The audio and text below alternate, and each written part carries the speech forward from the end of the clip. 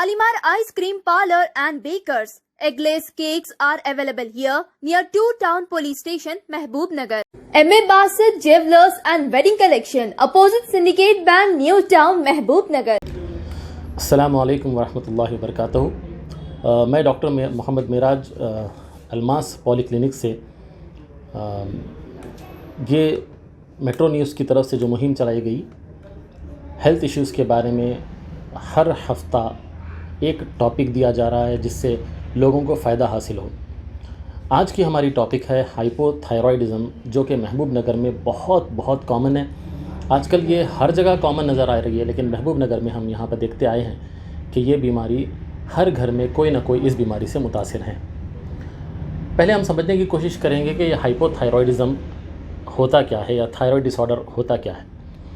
ये thyroid disorder एक तरह का एंडोक्रीन डिसऑर्डर है, यानी हार्मोनल डिसऑर्डर है, जो हमारे बॉडी में एक हार्मोन को कम कर देता है, यानी कमी हो जाती है।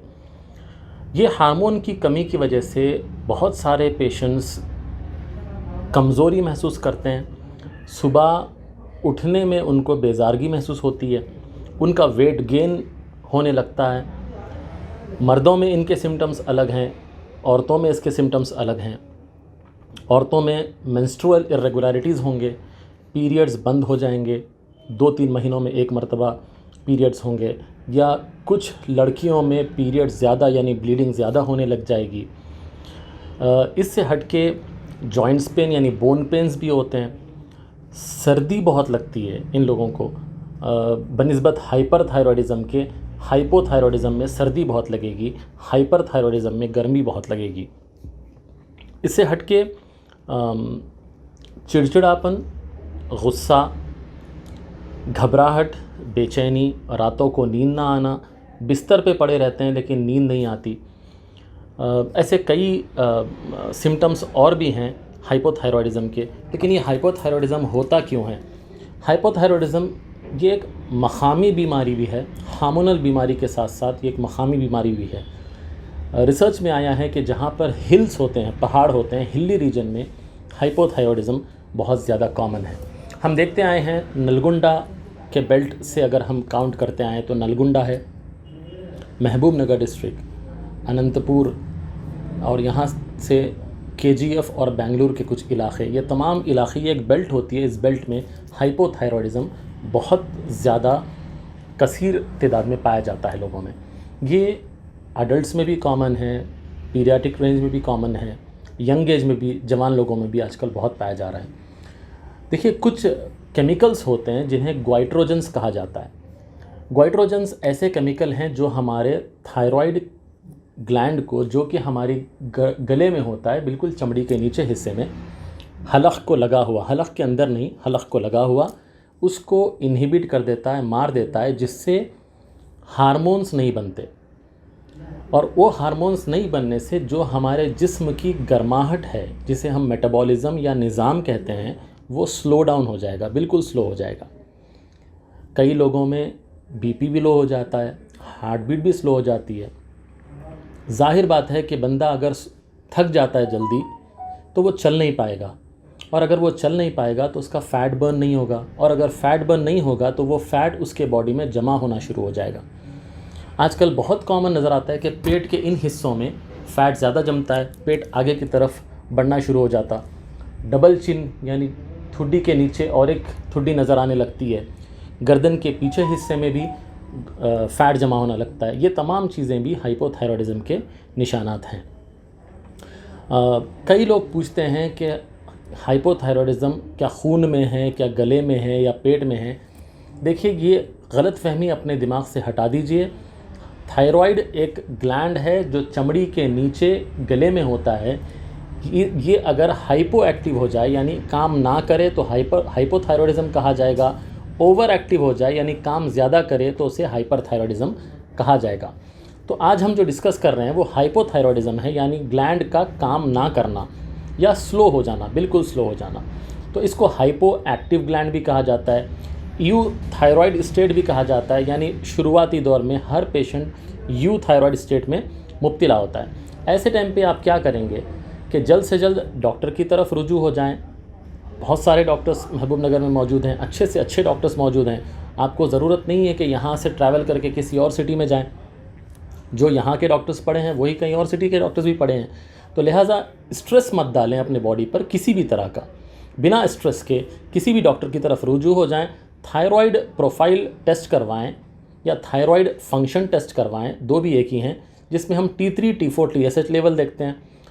हाइपोथायरॉयडिज्म में TSH लेवल कम हो जाता है, बिल्कुल लो हो जाता है, या फिर ये यूथायरॉयड स्टेट में, या फिर हाइपोथायरॉयडिज्म में बहुत ज़्यादा बढ़ जाता है TSH लेवल। तो अगर ये 0 के नीचे भी आ गया तो हम उसको कहेंगे बिल्कुल हाइपो एक्टिव थायराइड।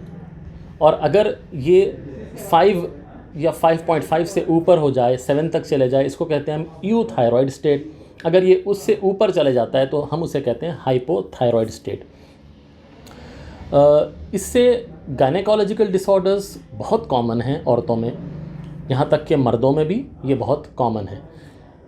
मर्दों में अगर हाइपोथायरॉयडिज्म होता है तो उन्हें भी मोटापा का सामना करना पड़ता है, कमज़ोरी महसूस होती है। यहाँ तक कि औरतों के साथ मर्द भी आगे अपनी फैमिली बढ़ाने में कमज़ोर हो जाते हैं, वो आगे अपनी फैमिली को बढ़ा नहीं पाते। सेक्सुअल लाइफ उनकी भी मुतासिर हो जाती है, औरतों में भी सेक्सुअल लाइफ मुतासिर हो जाती है। इससे हटके अगर बताया जाए कि औरतों में हाइपोथायरॉयडिज्म की वजह से दूसरी बीमारियां भी आ जाती हैं, जैसे PCODs, जिसे हम पॉलीसिस्टिक ओवरियन डिसीज़ कहते हैं। इसकी वजह से भी गायनेकोलॉजिकल डिसऑर्डर्स उनको होंगे। जहाँ तक कि टेस्ट का सवाल है, हम जब टेस्ट करवा चुके हैं तो टेस्ट करवाने के बाद डॉक्टर को रुजू हो जाएं, और अगर आप यूथायरॉयड स्टेट में हैं तो ऐसे केमिकल्स ना इस्तेमाल करें जो आपके थायराइड को ख़त्म कर देते हैं, जिन्हें हम गोइट्रोजेंस कहा जाता है।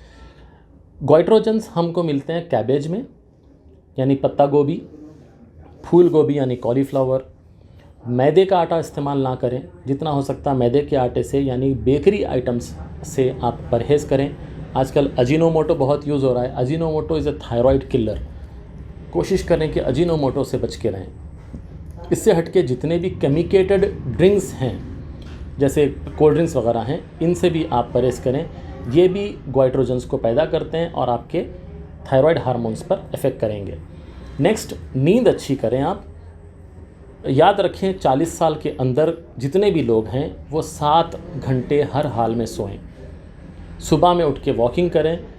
ये 7 घंटों के साथ वॉकिंग आप करेंगे, आपको गोली की ज़रूरत नहीं पड़ेगी। और जो लोग टैबलेट ले रहे हैं हाइपोथायरॉयडिज्म की, वॉकिंग करने के बाद देखा गया है कि इनका जो टैबलेट की थायराइड का डोसेज है वो कम हो जाता है। और कई पेशेंट्स जो हाइपोथायरॉयडिज्म की वजह से बांझपन में मुब्तला हैं, या इनफर्टिलिटी जिसे हम कहा जाता है, या फिर जिनको बच्चे नहीं होते, वैसी औरतें हाइपोथायरॉयडिज्म में वॉकिंग करने के बाद देखा गया है कि उनको औलाद हुई है। और ये गलत फहमी है कि थायराइड की वजह से औलाद नहीं होती या फिर माँ नहीं बन सकते कोई, ये बिल्कुल गलत फहमी है। अगर थायराइड कंट्रोल नहीं है तो जाहिर बात है आपको ये हार्मोन दूसरे हार्मोन को भी डिस्टर्ब करेगा, जिसकी वजह से आपको माँ बनने में मुश्किलात पेश आ सकते हैं। लेकिन अगर आप वॉकिंग करें, जितना हो सकता है बॉडी की एक्टिविटी को बढ़ाएं, मेटाबॉलिज्म को बढ़ाएं, जो आपका मेटाबॉलिज्म स्लो हो गया उसको फास्ट कर लें, तो आपका थायराइड काम करना शुरू करेगा। और ये थायराइड काम करने की वजह से आपके लेवल्स में कमी आएगी और दूसरे हार्मोन्स भी नॉर्मल लेवल पे आएंगे। जो भी औरतें पीरियड्स रेगुलर नहीं है करके कंप्लेन करके आती हैं हमारे पास, उनके लिए ये बात है कि वो लोग वॉकिंग करें और फिर देखें कि महीने 2 महीने के अंदर उनके पीरियड्स नॉर्मल हो जाएंगे, उनका डोज कम हो जाएगा और इंशाअल्लाह ताला वो जल्द से जल्द माँ भी बन जाएंगी, जो भी शादीशुदा लड़कियाँ हैं इंशाअल्लाह ताला। और जो शादीशुदा नहीं हैं वो कोशिश करें कि अपने पेट के हिस्से को कम करें वॉकिंग करके, ताकि ये हमारे फेलोपियन ट्यूब्स को कंप्रेस ना करे। खुसूसी पेट का जो बढ़ना है वो फेलोपियन ट्यूब्स को कंप्रेस कर देता है, जिसकी वजह से भी आगे चल के माँ बनने में उनको मुश्किलात पेश आती हैं। तो ये हमारे घर की माएँ इस गलत फहमी को दिमाग से निकाल दें कि थायराइड पेशेंट्स माँ नहीं बन सकती। ऐसा बिल्कुल नहीं है। चाहे वो थायराइड ज़्यादा हो या कम हो, ट्रीटमेंट लेने के बाद वो जब नॉर्मल हो जाएंगी वो माँ ज़रूर बनेंगी। अगर थायराइड ज़्यादा है तो लाजिम है उनको माँ बनने में मुश्किल दरपेश आ सकती है। हाइपोथायरॉयडिज्म के जैसे मैंने बताया कि बचने के लिए नींद अच्छी करें, 7 घंटे रातों में ना जागें, क्योंकि थायराइड हार्मोन्स खुसूसी रातों में रिलीज़ होते हैं। और ये अगर आप रातों में जागेंगे, अपने हार्मोन्स को इम्बैलेंस करेंगे। हर हार्मोन एक दूसरे से लिंक है। जिन्हें शुगर है उनको थायराइड भी आ सकता है, जिन्हें थायराइड है उन्हें शुगर भी आ सकता है। जिनको शुगर ज़्यादा है उनका थायराइड भी बढ़ जाएगा, जिनको थायराइड ज़्यादा है उनका शुगर भी बढ़ जाएगा। ये दोनों भी एक दूसरे से लिंक हैं और तमाम हार्मोन्स थायराइड से लिंक हैं। तो देखा जाए तो ये थायराइड हार्मोन भी एक तरह से तमाम हार्मोन्स पर काबिज़ है, वो मेंटेन करता है तमाम हार्मोन्स को। तो कोशिश करें कि रात में अच्छे से सो जाएं। ड्राई फ्रूट्स का इस्तेमाल करें, खुसूसी खजूर का, क्योंकि खजूर में सेलेनियम होता है और सेलेनियम थायराइड के लिए बहुत ज़रूरी है। जो थायराइड हमारा रिलीज़ होता है ब्रेन से TSH हार्मोन, वो गले में आकर सेलेनियम को पकड़कर वहाँ पे लेके जाएगा और फिर वहाँ पे हमारा T3 T4 हार्मोन रिलीज़ होगा, जो आपके नॉर्मल बॉडी मेटाबॉलिज्म को मेंटेन करेंगे। इससे हटके कच्ची तरकारी यानी पालक, मेथी, अंबाड़े की भाजी या जो भी तरकारी आपके पास कच्ची लीफी वेजिटेबल्स अगर आपके पास हैं, तो इन लीफी वेजिटेबल्स का इस्तेमाल करें, क्योंकि इनके अंदर होता है क्रोमियम, और क्रोमियम आपको मोटापे से बचाता है। देखिए, हम पका देते हैं इन तमाम चीज़ों को और फिर ये हमारे लिए कोई फ़ायदेमंद नहीं रहता।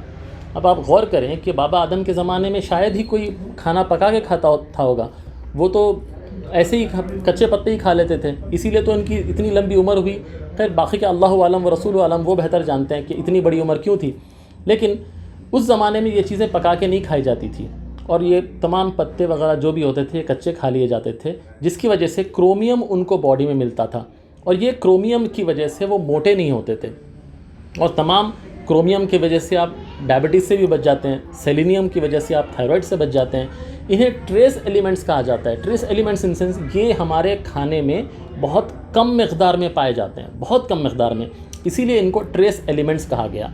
तो लिहाजा क्रोमियम और सेलेनियम जिन चीज़ों में ज़्यादा पाया जाता है वो चीज़ें आप इस्तेमाल करें। ये खुसूसी लीफी वेजिटेबल्स में हमको ज़्यादा मिलेगा, ग्रीन लीफी वेजिटेबल्स। दूसरी चीज़ मैंने जैसे बताया कि खजूर का इस्तेमाल और ड्राई फ्रूट्स का इस्तेमाल, इनके अंदर भी सेलेनियम ज़्यादा मकदार में मौजूद है और तमाम थायराइड पेशेंट्स भी खा सकते हैं और जिनको थायराइड नहीं है वो पेशेंट्स भी इसका इस्तेमाल कर सकते हैं। अब आई बात जिनको थायराइड है उनकी, वो लोग इन तमाम चीज़ों के इस्तेमाल करते हुए डोसेज का बराबर ध्यान रखें।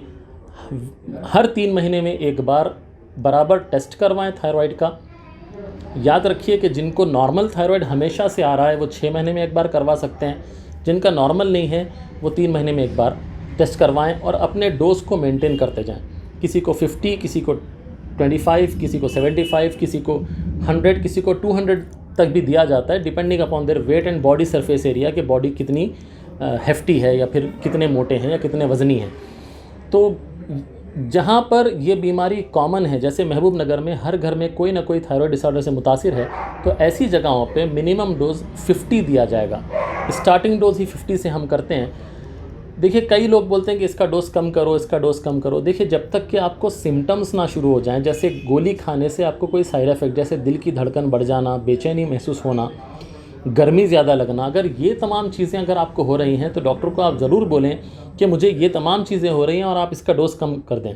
अगर आपको ये तमाम चीज़ें नहीं हो रही तो फजूल है अगर आप ये डोज़ कम कर रहे हैं। आप डोज़ कम करके अपने हार्मोन्स को डिस्टर्ब कर रहे हैं। और मैं देखता आ रहा हूँ कि कई लोग अपने हिसाब से डोज़ को एडजस्ट करना शुरू कर चुके हैं। ऐसा ना करें, डॉक्टर से कंसल्ट करें, किसी भी डॉक्टर से कंसल्ट करें और डॉक्टर से पूछ कर अपने डोज़ को एडजस्ट करें। इंशाल्लाह हम इस तरह के प्रोग्राम्स हर हफ़्ता फ़िलवक्त हर महीना हम ये प्रोग्राम्स कर रहे हैं। इंशाल्लाह कोशिश में है मेट्रो न्यूज़ वाले, मैं शुक्रगुज़ार हूँ उनका कि वो चाहते हैं कि हर हफ़्ता किसी एक दिन किसी भी एक टॉपिक पे हम डिस्कस करेंगे। और आप लोगों से भी ये रिक्वेस्ट की है मेट्रो न्यूज़ वालों ने कि अगर आप लोगों को कुछ डाउट्स हैं तो आप ज़रूर कमेंट पे बताएं, जिसका जवाब जहाँ तक मुमकिन हो दिया जाएगा।